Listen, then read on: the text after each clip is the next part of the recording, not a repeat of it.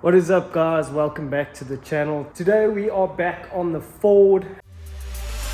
Welcome to the How to Build Your Own Basic Race Car Build series, where I show you step by step how to build and race your own basic race car. This is based on basic principles that you can apply on most cars, which will give you a cheap but still safe option to go racing. Join me on this crazy adventure. As you can see, we are busy trying to install the engine. We've had to buy a new clutch slave cylinder which goes inside the gearbox. We've got it mounted really low at the moment, but as it is when you take on other people's projects, there's inevitably a whole bunch of problems that come with it. So one of the problems is a lot of the fasteners, you can't find the bolts and there's stuff missing. So I'm going to make a list and I have to get that stuff. So the engine can't go in. I wanted to have it in tonight, but unfortunately it can't go in. So I'm going to talk about a couple of things today. First off, we've got the front clip off to install the engine, but in doing so I have the radiator here. So this is the radiator, the stock radiator that comes out of the car. So what I'm going to do is we need to get rid of some things. Now, because it being a race car, we're not going to use the air conditioner. However, we're going to keep the pump on it so we can use the normal serpentine belt, but there will be no air conditioner on this car.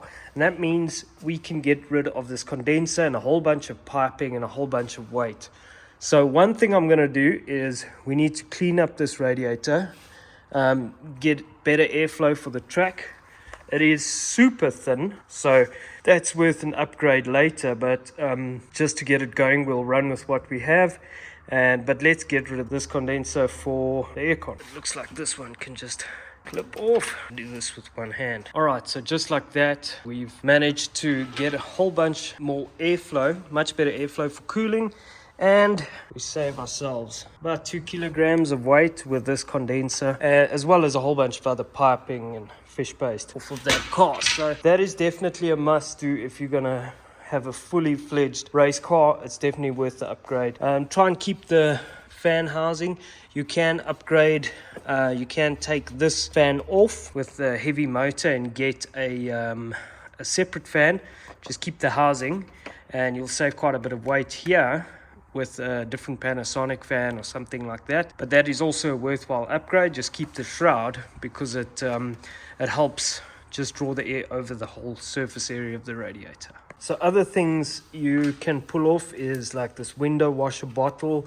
Pull the pipes out of that. Obviously the hooter, if you want, just simplify the system as much as you can. All of these little pipes for the window washers, unless you want to keep them, of course, all that stuff can come off. I tend to obviously like to keep the wiper motor because rain, so that kind of stuff, I would say purge it, get rid of it. It's just holding you back in terms of space. It's just more complications, so you don't need it. All right, so the next thing we're going to do is tackle this dashboard. Now, the dashboard needs to go in, but it can't. Why?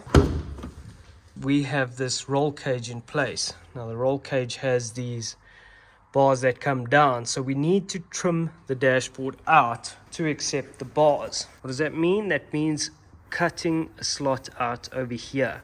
So we did do this on most of the cars. You can see on my BMW how it's been trimmed out. That is a common thing on race cars.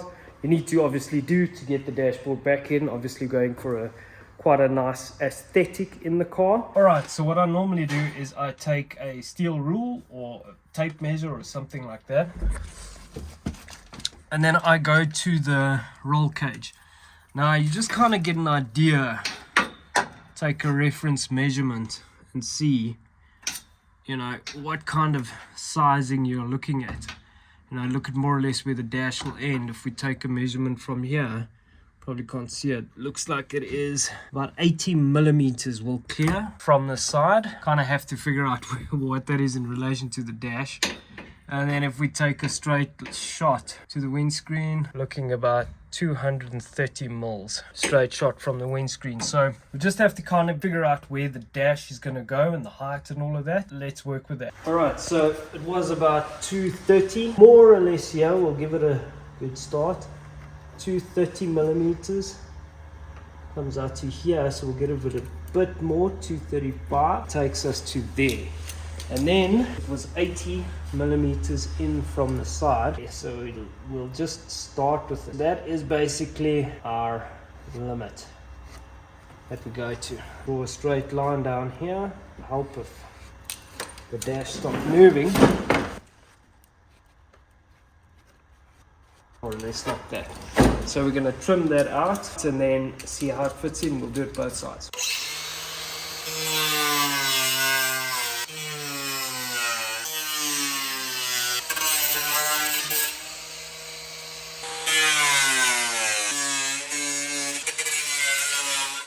Alright, so we're trying to get it in, but it's kind of in that side, but it is not going in this side. So we need to take some more off.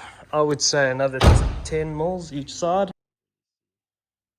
Before we take some more off the edges, something that is already becoming a problem are these air ducts as we start trimming in. So these air ducts are all very nice if you need a fan or an aircon. We're not going to have both, and we want to get some more weight out of the system. So because we're not running any aircon or fan or anything, we're going to take these air ducts off. Alright, so these are very nice air ducts. You could use them for brake ducts. This is the center one. All very nice engineering. We're not going to use it. So the next thing is the side ducts. So that's the clock. Those are the clocks. We're going to keep the air vents inside just for a bit of aesthetic. This is welded to the dash, plastic welded. So I'm not going to bother taking this off. Not in our way.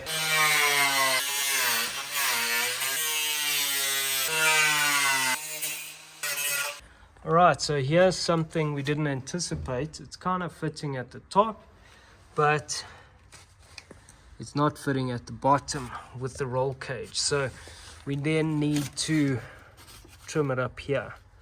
Basically take this piece off. So the sensor goes there. I don't want to really get rid of that, but we're going to have to cut it here, most likely there, and just trim it off here. If you want to see some more of this kind of content, please consider subscribing. Just click on the subscribe button, hit the bell, and you're good to go.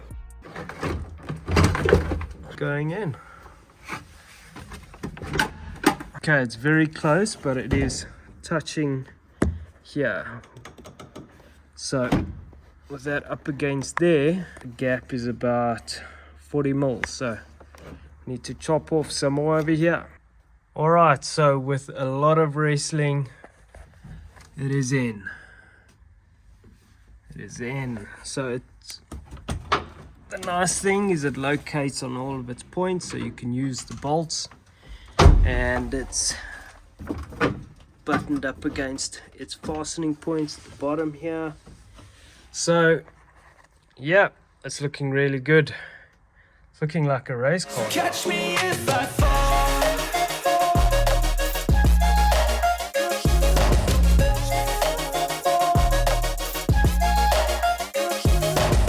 Alright, so that's going to be a wrap for this episode. Thank you so much for watching. All these little things that take up a lot of time, and the stuff has to get done. So yeah, we just got to keep knocking them out, but that is pretty much how you get the dashboard installed, and it looks pretty good. The most important thing, I mean, you can not even run a dashboard if you want, but you know, if you want the aesthetic to be nice, the car to still look half decent, and you still want to pull weight out of the car, then that's the way to do it. You're still going to have your stock instrument cluster, you know, your buttons will still work, your indicators, all of that good stuff. So quite a nice little package. It's coming along nice. We just got to get it finished now, so there's a few things we got to do. We have to close up the sunroof and obviously get the engine and all that stuff. finished. From here we need to install a couple of harnesses, obviously the safety belts, and install a fire extinguisher so that we are ready, a safety net, and then really we need to get this thing running and operational so we can start testing, you know, start load testing. So super excited for that. Thanks for watching. We'll catch you guys next time. Ciao.